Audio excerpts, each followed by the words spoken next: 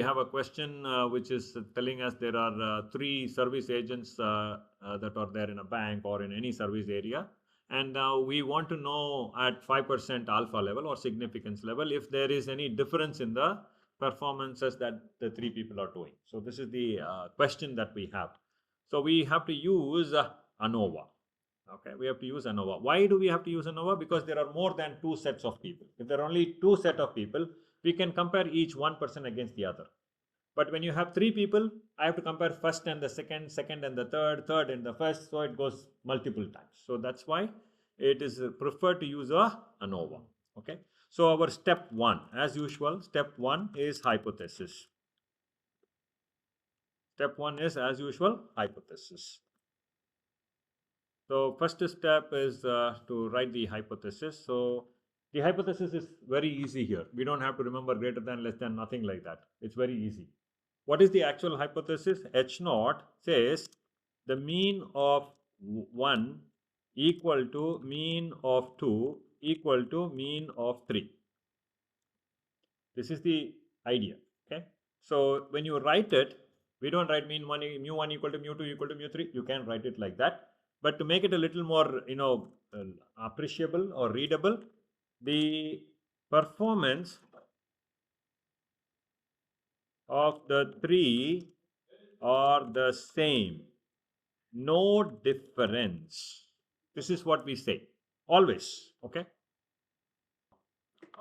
The mean 1, mean 2, mu 1 equal, mu 2 equal, mu 3 is the same, which is written in math.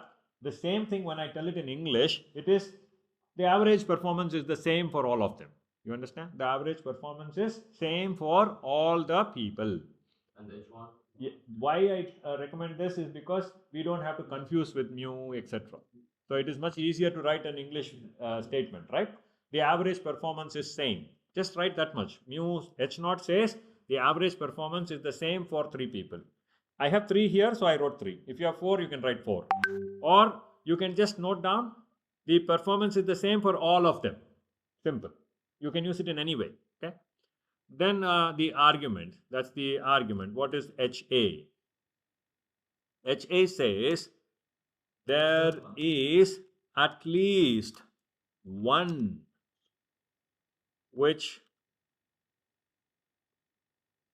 has a different performance, or in other words, different mean. There is one mean which is not same as all the others. So the next step is step 2 is alpha or significance.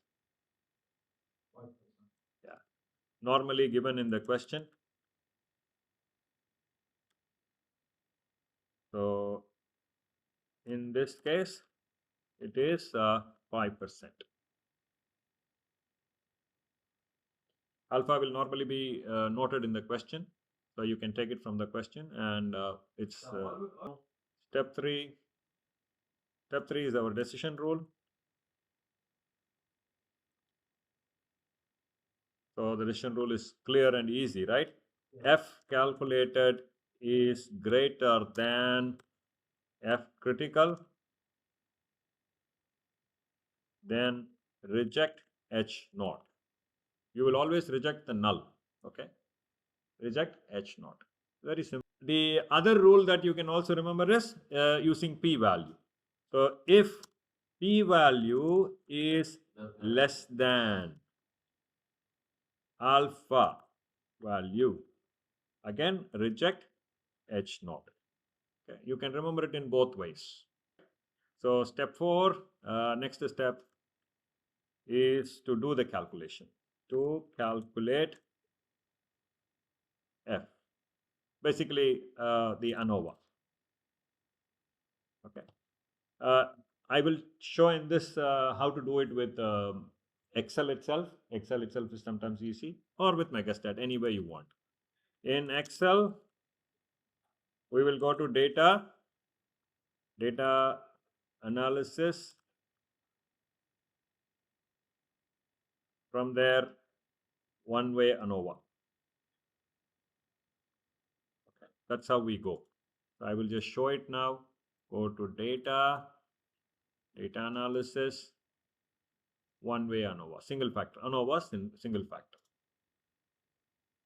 Okay, so let's go now. You go to ANOVA. One way means single factor. One way means single factor here. So press OK.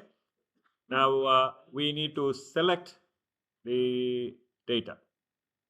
What happened to my data? Okay. So we have to select the data. So input range. You can select the names also. You can select the names.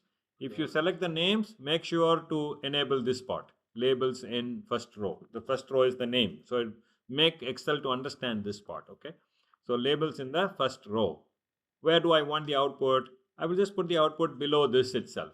Okay. I'll just put it below this step so we can easily get the result also. I just put it here and we press OK. There we get the result. Now I have the result.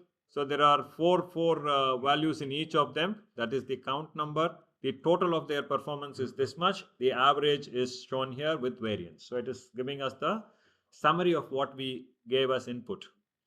If you look at the ANOVA table, so the first row is between groups. Between means Ahmed versus Alia versus Abdullah. So between them, what is the differences? The second is called within groups. Within groups means Ahmed does not perform the same all the time. 54, 55, 59, 56, that variation. You get it? Or Abdullah performs 47, 51, 46, 48. So difference in that. So that is called inside the group, within the group. So this is within and this is between. Okay. So we have the result here. This is our calculated. This is our critical. So calculated, we will just note down here itself. F calculated is greater, very, very big, very, very greater than F critical. So what will we do? Hence, reject H naught. What is the inference? What is the understanding we make? I will just put it here. Yeah, conclusion. Conclusion. Since we reject the null, since we reject the reject the null, it means at least one person is performing differently.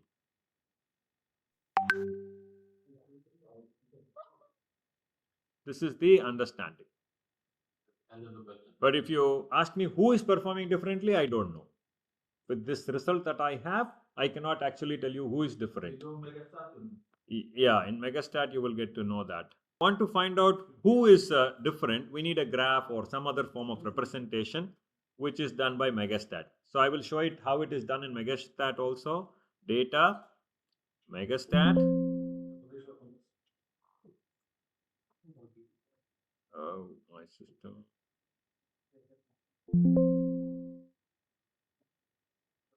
So Megastat, if you click Megastat, you get this analysis of variance. Click analysis of variance, one factor, randomize, two factor. We are doing one factor.